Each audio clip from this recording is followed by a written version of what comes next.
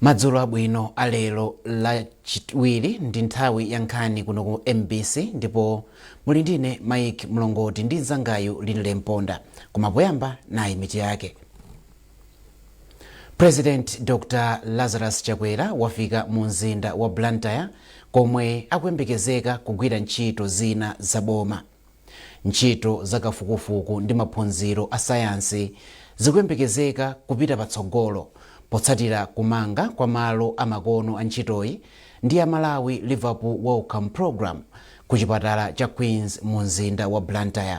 Ndipo mu nkhani za masewero mpikisano wothamanga wa chaka chino wa Blantyre 42.195 km race uchitika pa 7 mwezi wa mawa.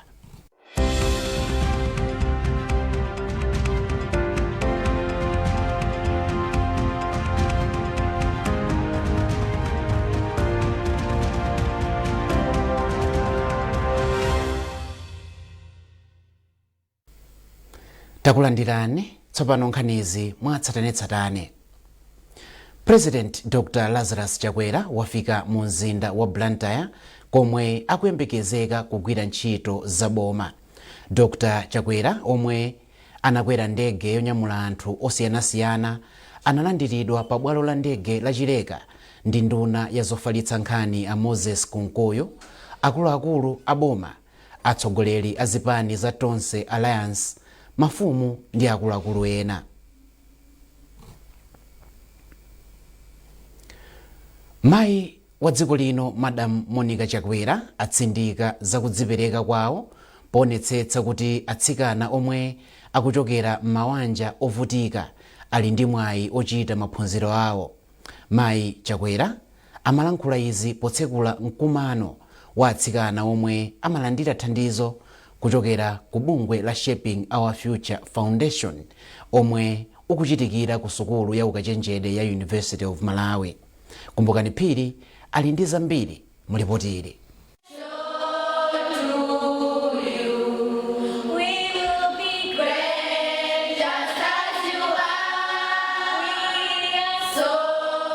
Mkumanowu wakonzedwa ndi bungwe la Shaping Our Future Foundation lomwe ndi bungwe lomwe limatsogoleredwa ndi mayi wa dziko lino Madam Monica Chakwera. Zipatso za bungwe la Shaping Our Future Foundation tsopano zayamba kuonekera poti ana 25 mwa ana omwe akhala kuthandizidwa ndi bungwe la Shaping Our Future Foundation pachiyambi pa bungweli tsopano awasankhira kupita ku sukulu za ukachenjedwe zosiyanasiyana m'dziko muno. Sharin Nkunkha wochokera mboma la Chikwawa ndi mmodzi mwa atsikana oyambirira omwe analandira thandizo kuchokera ku bungwe la Shaping Our Future Foundation. Ndipo tsopano Sharin amusankhira ku sukulu ya ukachenjede ya Kuhes. Ndinadzayitanidwa kuti ndipite conference yoyambirira imene inadzachitika ku Lilongwe ABC College, ndipo kumene kuja tinakapezanako ndi azimayi ena amene anali ndi maudindo awo akuluakulu ndipo omwe anakwaniritsa maloto awo. Ndipo zimene zinandipangisa kuti ndilimbikirenso nanenso kwambiri ndipo panopa ndasankhidwa kuti ndikapitirize maphunziro anga okachenjede ku Kuhes. Kuna ndithokoze kwambiri a First Lady pokhala nane ponithandiza popereka school fees yanga komanso pogula zinthu zimene ndimagwiritsa ntchito pa maphunziro anga, ndipo ndikukhulupirira kuti thandizo imeneli lifikiranso kwa ena amene akusoyekera. Mayi wa dziko lino Madam Monica Chakwera wati ndosangalala kwambiri kuti bungwe la Shaping Our Future Foundation likuchita zinthu zolodzeka chiyambireni mchaka cha 2021. Mayi Chakwera anati ndi khumbo lawo kuti atsikana mdziko muno ngakhale kuchokera m'mabanja osauka kuti afikire maphunziro komanso tsogolo lowala. Madam Chakwera anati izi ndi zotheka potengera kuti iwonso anadutsa mikwingwirima yosiyanasiyana kuti akafikire maphunziro awo. So inuyo mkazasanduka azimayi, make sure ana awo mukuwathandiza chifukwa njalayo imathandizira kuti mwana uja asaphunzire bwino. Ndiye mumafunika kuti tiziyachengetera sezija. So zovuta zimene zimakhalapozi kwina ndi sukulu yomweyo tete. Even ma traditional nomziwo atakhala kuti mwana uja waphunzira sangaziwe chochita akhozoziyo. Komanso azimayi ife akuluakulu fe mafumu fe tikhozodziwa kuti koma sukulu ndiyo tani yofunika mwanayo atani ayambe waphunzira. Akamaphunzira akamaliza secondary school ndiye kuti alicha 18 years chani zimene zina zija zingatheke ngati hayi mpaka namkhozoona kuti ayi mwanayo tamsiyani akhale bwinobwino.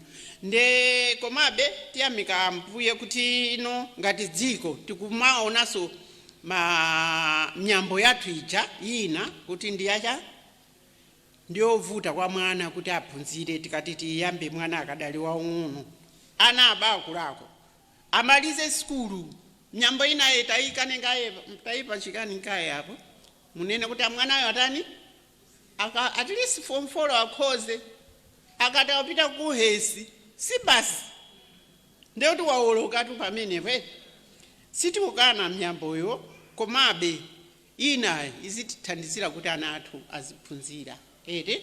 Pamenepo Madam Chakwera analimbikitsa asungwana omwe ali nawo pa mkumanowu kuti akalimbikire maphunziro awo ngakhala kumana ndi zovuta zosiyanasiyana kuti akathe kufikira tsogolo lawo lowala.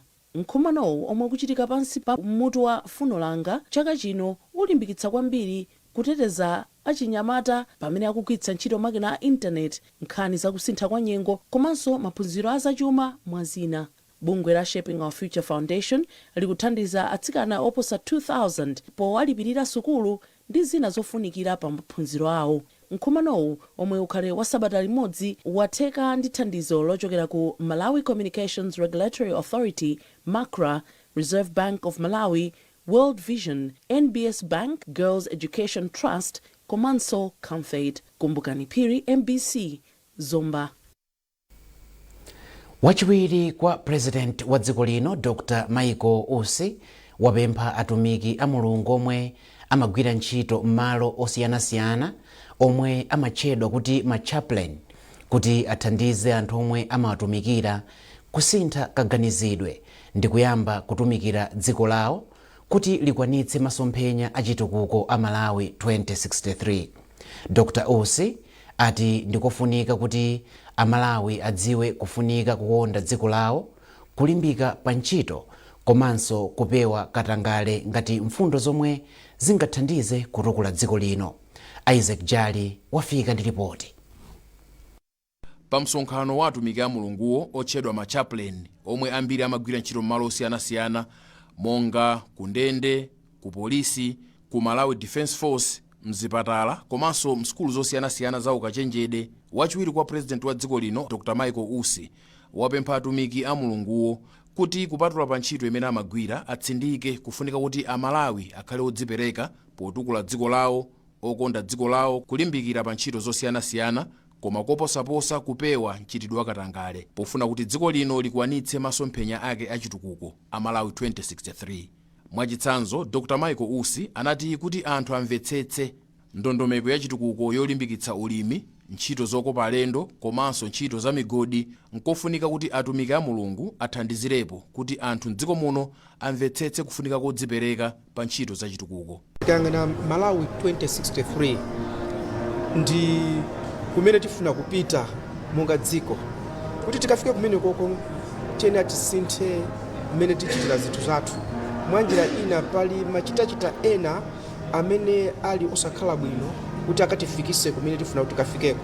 Tikayang'ana mmene Amalawi tikugwira ntchito kandi boma ka simboma, nthawi zambiri mwachitsanzo timaononga nthawi zonsezo kuti ziyende kuti tikafike kumene tikufika tiyenera kuti tiuzane chilungamo. Mmene malina kuti awo amene ali machaplains akapita kumene kuli anthu amphamvu, anthu andale, asaope angotenga uthenga ndi kuwauza kunena kuti tiyeni tisinthe. Mawu ake mkulu wa bungwe la National Planning Commission a Thomas Munthali analimbikitsa anthu a Mulunguwa kuti aphunzitse anthu ogwira ntchito za boma mabungwe osiyanasiyana kufunika kosamala chuma cha boma kuti potero chipindulire anthu m'dziko muno. Dr. Thomas Munthali anapemphanso atumiki a Mulunguwa kuti azilimbikitsa anthu kulimbikira pa ntchito malo mowalalikira zoti Mulungu angawapatse ndalama zaulere. Atikamba kuti zimenezi zimalimbikitsa ulesi pakati pa anthu. Mukaona inuyo momwe tikuyendera chitukuko chathu, tikusuntha koma tikusuntha mwapang'ono-pang'ono.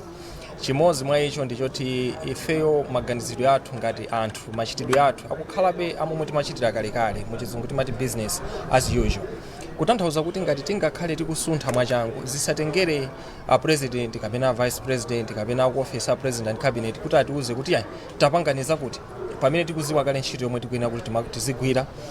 Even ma NGOs tizikhala tikuyang'ana kuti kodi ndi chani chimene chingapangise kuti chisunthe dziko lino. Msonkhanowo aukonza kuti mwazina atumiki a mulunguwa asinkhesinkhe chifukwa chimene dziko la Malawi likuvutikabe ndi nkhani yakatangale chikhalirecho ndi dziko loopa mulungu. Pamwambo Dr. Michael Usi anawapatsa mphotho yapadera powayamika kamba kolimbikitsa kusintha kaganizidwe pakati pa anthu komanso kulimbikitsa anthu kukhala olimbika pa ntchito zosiyanasiyana za chitukuko. Isaac Jali, MBC, Lilongwe. Ntchito zakafukufuku ndi maphunziro a sayansi zikuyembekezeka kupita patsogolo kamba kamalo au kadaulo omwe awamanga pofuna kupititsa patsogolo ntchito za maphunziro akafukufuku. Malowa akudziwika kuti Clinical Research Excellent and Training Open Resource Creator. Mtolankhani wathu Secret Segula akuunika momwe ntchitoyi isinthire zinthu mdziko muno komanso m'mayiko omwe atizungulira. Ntchito zamoyo mdziko muno zimakumana ndi zovuta zingapo. Izi ndi monga matenda otsekula m'mimba a kolera komanso miliri ngati COVID-19. Izi zikagwa mgwirizano mulipo pakati pa boma kudzera mu nduna za umoyo ndi bungwe la Malawi Liverpool Outcome Research Program kuthana ndi nthendazi kwakhala kosavuta kamba kuti bungwe la MLW ndi akatakwe kumbali ya zakafukufuku okhudzana ndi miliri ndi matenda osiyanasiyana. Ndipo kubwera kwa ntchito zomwe zizigwidwa pansi pa chinyumba chomwe achimanga mwa ukadaulo cha Creator zithandiza kupititsa patsogolo zakafukufuku mdziko muno komanso mayiko ozungulira. Dr. Tifu Ndegera ndi mmodzi mwa adotolo ochita kafukufuku akatemera. Okay, MLW ndi partnership imene yakhala kumalawi kuno kwa zaka 30 ndi College of Medicine imene ikupano ku Hesi. Timagwira limodzi ndi ku Hesi komanso ndi Malawi government kutukula miyoyo ya anthu Malawi munomo through ma research amene timapanga kunoko. Timapanga ma clinical trials, timapanga so ma studies amalabu komanso community engagement zokhudzana ndi kafukufuku osiyanasiyana amene amachitika mdziko lino. Ndiye Creator ikubwera kuzachulusa upangiri wathu komanso ntchito zimene timagwira kuti anthu ambiri azithana kupanga research yawo ndi malo akulu komanso ndi zipangizo za nyuwani zapamwamba. Mwazina pamalopa pazichitika kafukufuku maphunziro pakhala malo owerengera pogwiritsa ntchito makina internet malo oti anthu azitha kubwera ndi nzeru zatsopano. Mwazina Dr. Mdegeta akufotokoza momwe malowa athandizira kupititsa patsogolo ntchito za umoyo. So Creator ndi training building imene ntchito yake yayikulu ndikupanga train ma postgraduate studies anthu amene akupanga sukulu yawo kachenjede mugwirizana ndi medicine komanso research ndi mthonse amene madokotala amene akupanga train komanso anthu amene madokotala amene akupanga research kuchokera ku Kamwezo University of Health Sciences komanso ma department athu akukwenziwa together ndaku MLW kunoko akhala mkatimo. Malowa awamanga nthandizo la ndalama lokwana fufu 23 billion kwacha kuchokera ku Wellcome Trust, University of Liverpool ndi Liverpool School of Tropical Medicine. Secret Segula, MBC, Blantyre. Nkhanizi zikuchokera kuno ku MBC, bwanji tikumbutsane mitu yake. President Dr. Lazarus Chakwera wafika mu mzinda wa Blantyre komwe akuyembekezeka kugwira ntchito zina zaboma. Ntchito zakafukufuku ndi maphunziro a sayansi zikuyembekezeka kupita patsogolo potsatira kumanga kwa malo amakono a ntchitoyi ndi ya Malawi Liverpool Outcome Program ku chipatala cha Queens mu mzinda wa Blantyre. Ndipo mu nkhani za masewero mpikisano wothamanga wa chaka chino wa bungwe wa Blantyre 42.195 km race uchitika pa 7 mwezi wa mawa.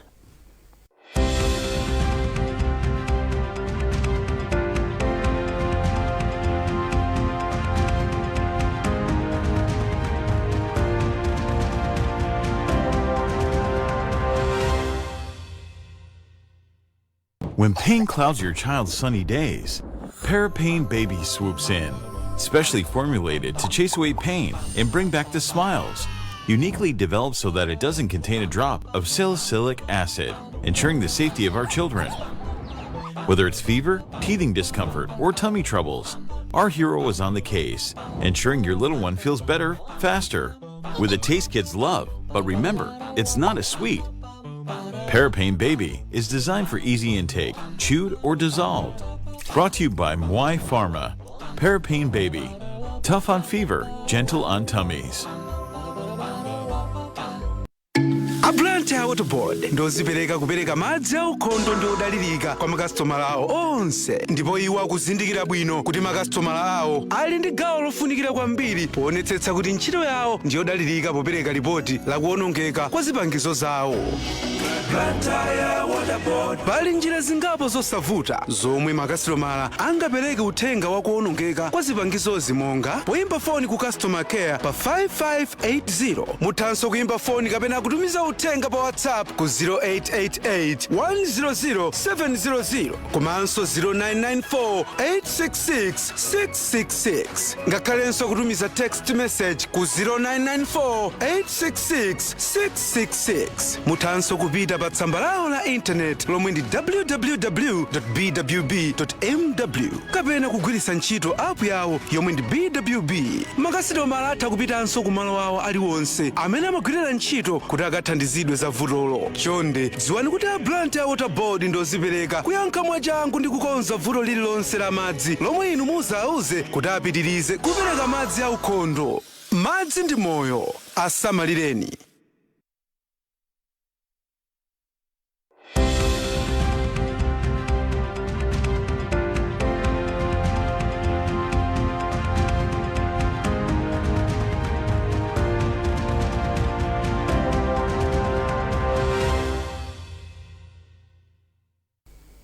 Takulandiraninso ku nkhani zathu, ndipo tipitirize ndi nkhani yokuti limodzi mwa magulu ogwira ntchito zosunga ndi kubwereketsa ndalama la United Civil Servants SACCO latsindika kufunika kuti anthu adzitenga ngongole ndi cholinga chochita bizinezi zomwe zingawapindulire popewa kukhala ndi ngongole zovuta kubweza.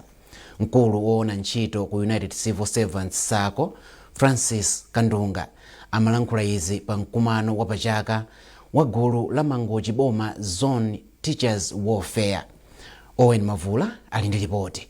Mangochi Boma Zone Teachers Welfare ndi gulu la aphunzitsi lomwe analikhazikitsa zaka ziwiri zapitazo pofuna kuthandiza kutukula umoyo wa aphunzitsi ogwira ntchito msukulu zosiyanasiyana pozindikira mavuto omwe ambiri mwa iwo amakumana nawo pa nthawi ya mavuto, monga kudwala kapena imfa. Kudzera ku gululi, aphunzitsiwa anakhazikitsa thumba la ndalama lomwe amasunga ndi kubwereketsa mamembala ake pa chiwongoladzanja chochepa ngati njira imodzi yofuna kutukulana okhaokha.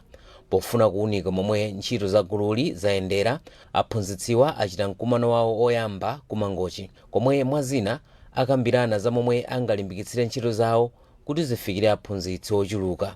Polankhula pa mkumanowu, limodzi mwa magulu ogwira ntchito zolimbikitsa kusunga ndalama la United Civil Servants SACCO lalimbikitsa aphunzitsiwa komanso ogwira ntchito mboma onse kuti adzikhala ndi chidwi chogwiritsa ntchito ndalama za ngongole pochita bizinesi zomwe zingawapindulire osati kukhala ndi ngongole zachisawawa zolephera kubwenza.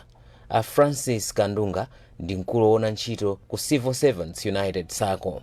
Khani yathu makhala kwambiri yokuti bwerani muzabwereke, kwa mukabwereka mukachite zinthu za nzeru, ndiye timathandiza anthu athu pakuwaphunzitsa kodi ndalama mukagwiritsa ntchito bwanji, musakomedwe kuti mukagulire chakuti komano mukazilowetse kuti zikhale zikapanga ndalama zake.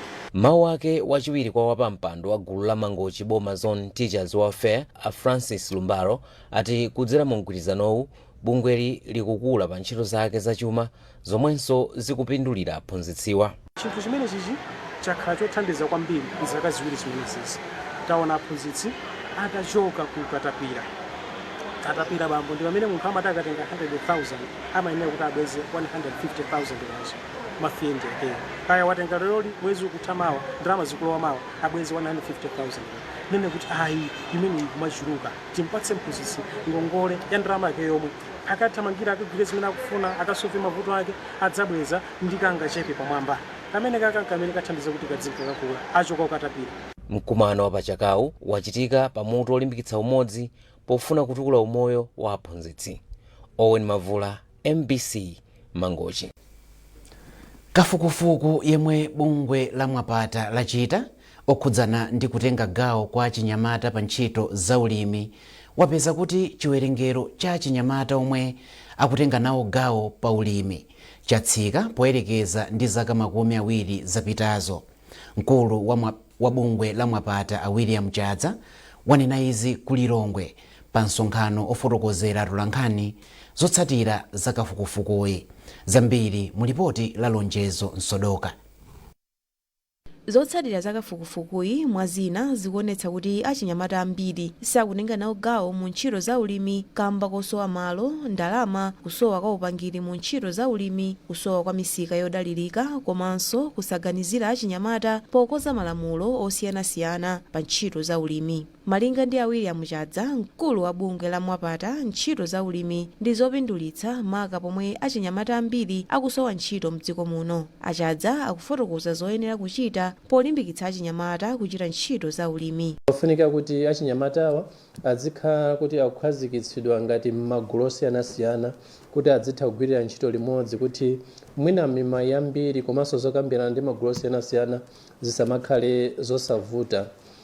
Komanso tikuonanso kuti mwina pafunikira kwambiri kuti amene akukonza ndondomeko komanso malamulo osiyanasiyana okhudzana ndi zachinyamata ndi ulimi azitha kupezapo mwayi okambirana mwapaderadera ndi achinyamatawa kuti azitha kupereka maganizo awo. Ndipo mkulu wa bungwe loyang'anira achinyamata mdziko muno la National Youth Council Alex Chapota ati pakufunika kupereka ndalama zokwanira mu ntchito za achinyamata za ulimi komanso kuti achinyamata adzitengana umbali pokoza ndondomeko za ulimi zomwe zingathandizire kupititsa patsogolo ntchito za ulimi pakati pa achinyamata. Tikambirananso ndi iwo amene ali adindo pa nkhani imeneyi kuti zoonadi zitheke kuti achinyamata apeze umwayi umenewo. Chifukwa ngati umenewu saupeza mwayi ngati umenewu achinyamata apitirirabe kuthawa ulimi.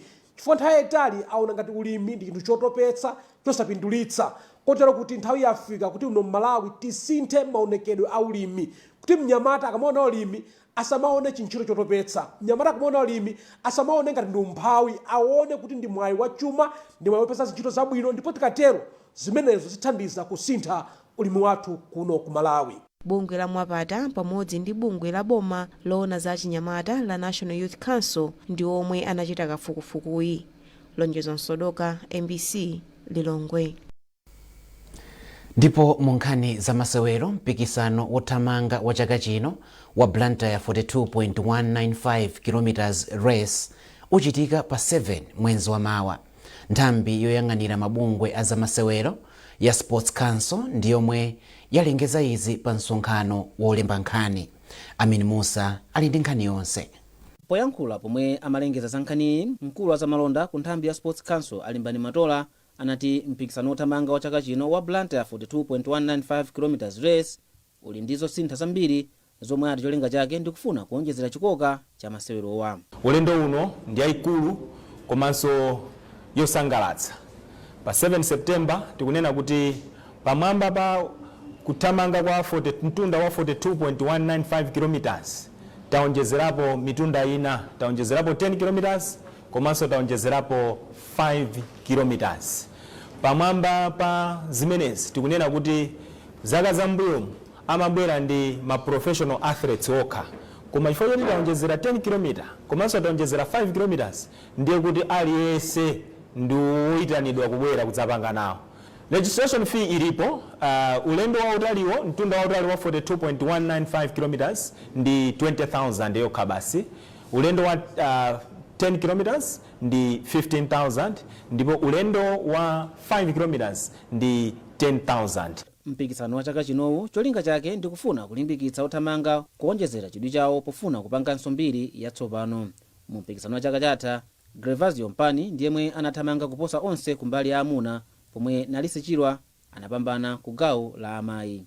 Amin Musa, MBC Sport, Blantyre. Pomaliza nkhanizi nayinso mitu yake. President Dr. Lazarus Chakwera wafika mu mzinda wa Blantyre komwe akuyembekezeka kugwira ntchito zina za boma. Ntchito za kafukufuku ndi maphunziro a zasayansi zikuyembekezeka kupita patsogolo kutsatira kumanga kwa malo amakono a ntchitoyi ndi a Malawi Liverpool Welcome Program ku chipatala cha Queens mu mzinda wa Blantyre. Ndipo mu nkhani za masewero, mpikisano wothamanga wa chaka chino wa Blantyre 42.195 km race uchitika pa 7 mwezi wa Mawa.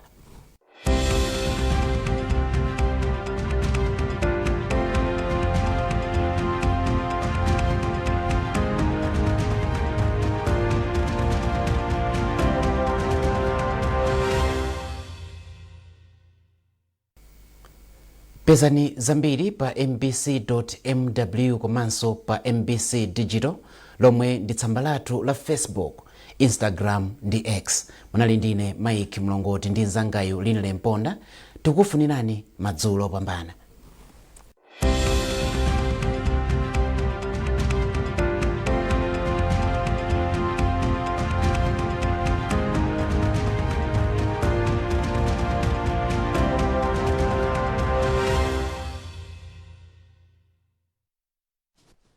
Monose matulano nyengozi zenepo sole mbanda kucha otunese kwambiri ndibwande graka muskulu ngomwe matikana tsika oleza cha ma 10 kuna sisa ni matikana 11 kunkata bay 12 kudetsa kumzimba komanso kumosa kumulanje. Tembengo mphepo ndiyo sisi wapita usiku uno madambiri amdziko muno ukumphepo yamwera ikomba wanja zathu choncho asodzi ndonso kugwisa ntchito njazi akulangizidwa kukhala samalitsa. Izi zikha yomwe ifa mdziko muno mufika mphepo zocheka komwe yakumvuma mu nyanja cha India ufika madambiri auno kwathu ku Malawi. Osiku uno kukhala kwa mphepo ndithu madambiri komanso kuziza ndithu komanso madambiri kokhala kwawanda mitambo. Mawa kuziza zakhala fika wachimake madiki kutseweza ya ma 11 kudedza kuma 12 madambiri ikhala pakati monga kulongwe kunchinji komanso kwa sungu ukumphepo yamphamvu yamwera ikuomba panja zathu. Mitambo yapo ndiyapo zooneka mawa madi amakamaka akaya kumwera koma madambiri kuzakhala kwa dziwa ndithu. Mwali yakumasana kuzatentha ndi matiko 29 madambiri amphere mwa nyanja 32 kwa Ngabu ndi kunsanje kuzangofunda pang'ono kunzuzu ndi kulumphini matiko 24. Mitambo yochepa zooneka mawa masana mwabe madambiri kuzakhala kwa dzuwa madakaya kumwera pakati phale mwa nyanja ndi kumpoto kwa dziko lino. Nkucha uno lachinayi mabanda kucha kuzapita solokhala kozidzira otuzasiyani matikona 13 kuzomba kuchitipa 15 nthawi yomwenso kuzangozisa pang'ono matikona 18 kuchikwawa. Palayi pano saingo zimwezi usiku wabwino.